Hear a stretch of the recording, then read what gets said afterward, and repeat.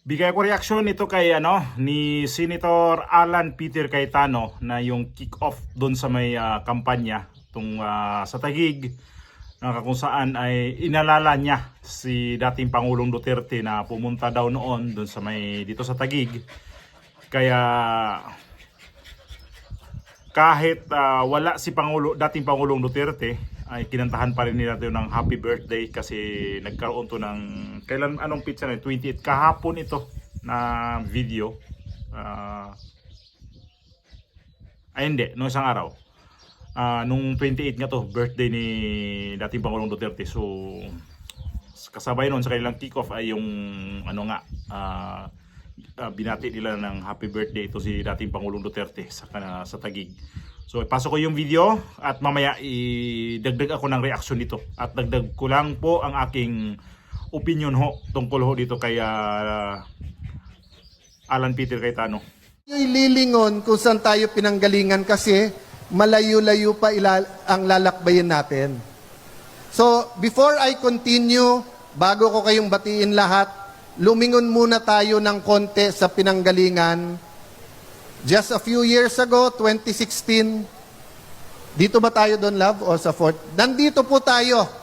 May isang bisita tayo at ang sabi ng bisita na yan, gagawa siya ng paraan na maging safe at comfortable ang ating bansang Pilipinas. Naalala niyo pa yon? Birthday niya ngayon, di ba? Hindi ko alam kung maririnig niya tayo. Kaysa sa mag-iyakan po tayo o magalit po tayo, pwede ko bang anyayahan si Lani at pwede ba nating kantahan? Isama na natin si Obet Flohen dahil birthday din niya. Pero para kay one and only Rodrigo Roa Duterte, ang ating pagkanta ng Maligayang Kaarawan.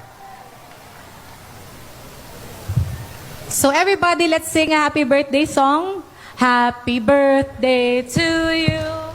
Happy birthday to you. Happy birthday, happy birthday. Happy birthday to you.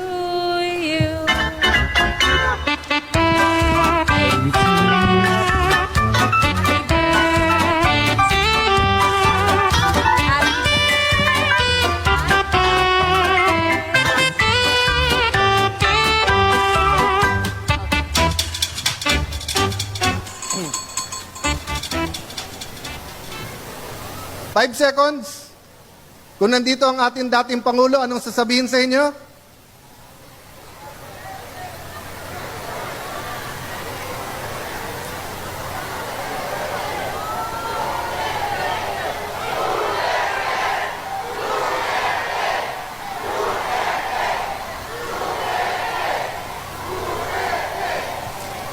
Ang Taguig hindi nakakalimot. Ang Taguig tumitingin sa kanyang pinanggalingan.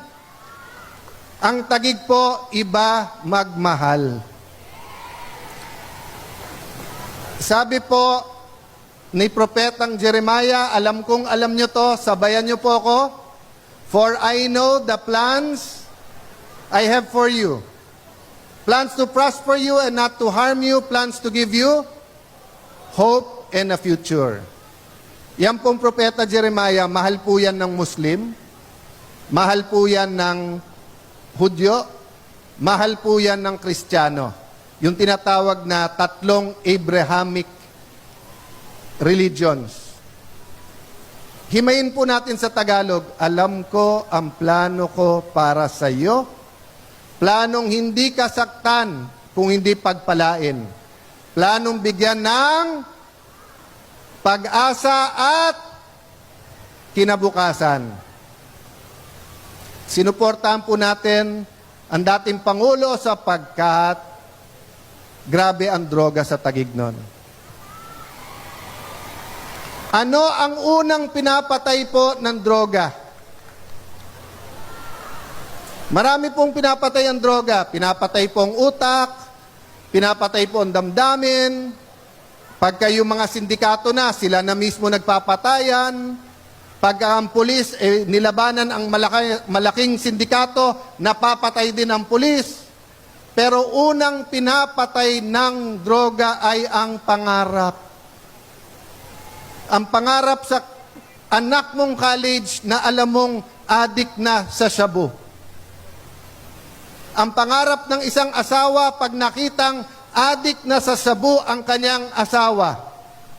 Ang pangarap ng isang anak na yung nanay o tatay niya aalagaan siya pag nagkamulat at alam niyang adik na pala sa shabu ang nanay o tatay niya. Dito ho ba sa Taguig tayo'y nangangarap? Papayag ho ba tayo mamatay ang ating pangarap? Ano po sabi natin sa Taguig? Think big, dream big. I love Taguig. Mahal natin ang Taguig dahil mahal tayo ng Taguig. Sabi ng Diyos, kung hindi ka marunong magmahal, hindi mo kilala ang Diyos. Ang marunong magmahal, maaring kilala ang Diyos. Pero yung hindi marunong magmahal, hindi kilala ang Diyos. So,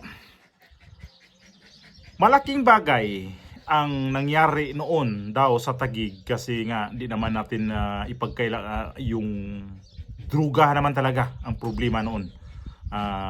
Yun ang pinaka number one talagang problema sa atin. Kahit dito sa ibang bansa, yan pa rin ang problema talaga. Yung mga sabihin natin pulburon kasi mamaya ma-restrict na naman ako dito sa aking upload ngayon. Kung hirap kasi magbanggit ka ng mga ganyan kasi ang YouTube kasi sobrang stricto kasi. Kaya nga, ito yung mga tawas nila na problema. Tawas na lang para maano nila talaga kung gaano to nagiging kontrolado nung panahon kay Pangulong Duterte. At ito ngayon, ang Taguig ay hindi to magiging baluarte ni Bongbong Marcos. Kasi ito ngayon, si Alan Peter Cayetano, sinong mas mas suportado siya sa kay Pangulong Duterte na sa hanggang ngayon. So nakikita ko na itong Taguig hindi talaga to makuha sa alyansa. Malamang baka itong mga kandidato sa PDP laban ang magiging priority dyan sa Taguig. At gusto ko na rin malaman itong Iglesia ni Cristo kung sino talaga kaya ang suportahan. So kaya maaga pa to na ngayon kasi pa naman may isang buwan na lang mahigit. Isang buwan na lang mahigit, eleksyon na. So makikita natin tong susunod na araw kung sino talaga susuportahan ng Iglesia ni Cristo. Kasi ang Iglesia ni Cristo kasi ngayon mukhang hindi talaga nagustuhan tong gobyerno ni Bongbong Marcos kasi may mga sinasabi nito na hindi talaga tinutupad. At nakailang beses na nagsabi na hindi talaga niya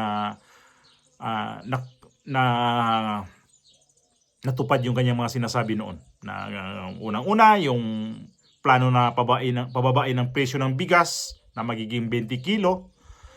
At sumunod, ito yung impeachment ni VP Sara.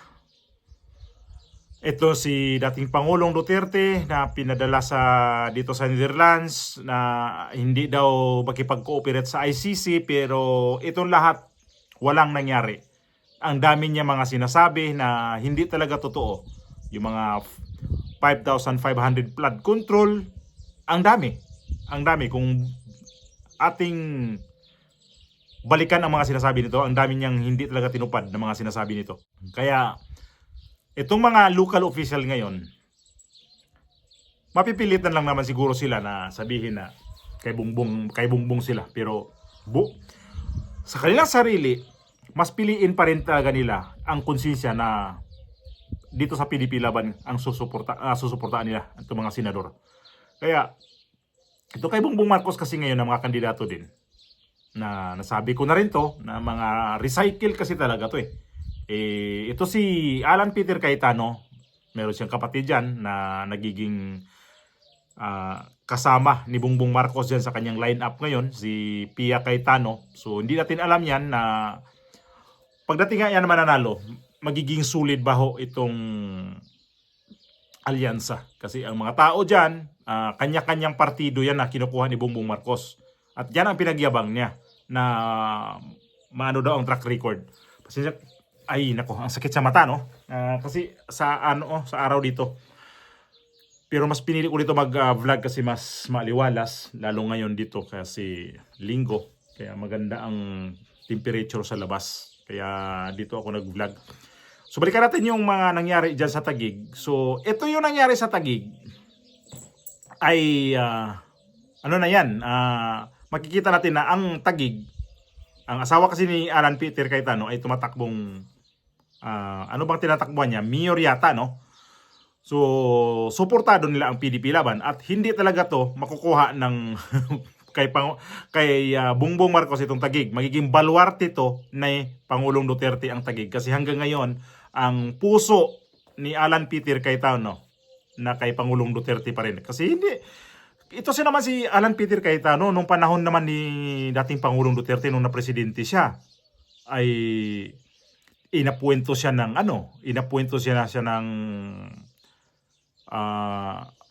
Department of Foreign Affairs Secretary sa DFA. Tapos nagiging Senate President ito. Tapos nagiging Speaker of the House. Tama ba? Parang gano'n, no? So, mas malaki ang kanyang mga sa kanyang career sa politika. Mas marami siyang nakuha natupad sa kanyang pangarap na magkaroon siya ng na ganun ang plano niya na magiging speaker kasi happy to sila dati ni ni Alan Lord Velasco sa Marinduque. Ito ho yung naghahatian sa pwesto. So hanggang ngayon ang kanyang sarili, ang kanyang iniisip pa rin si Pangulong Duterte. Nasa puso pa rin niya talaga ang Pangulong Duterte. Kaya maano natin to, yung iba na ito si Pia Cayetano, ano kayang kahinatan nito sa kay Bongbong Marcos kasi sa line-up nga nito ni Bongbong Marcos kasi malamang sa malamang kasi ang itong alyansa kasi gamitan lang kasi yan dyan siyempre pag nandyan ka sa kanila mas maano yung makinarias mo, mas mas malakas ang makinarias kasi na administrasyon yung mga lokal kanila yan, bukod doon, mga kampanya ninyo, gastos sa yan, sa administrasyon, kasi may pera samantalang dito katatakbo sa opposition, mukhang limited ang inyong budget yan.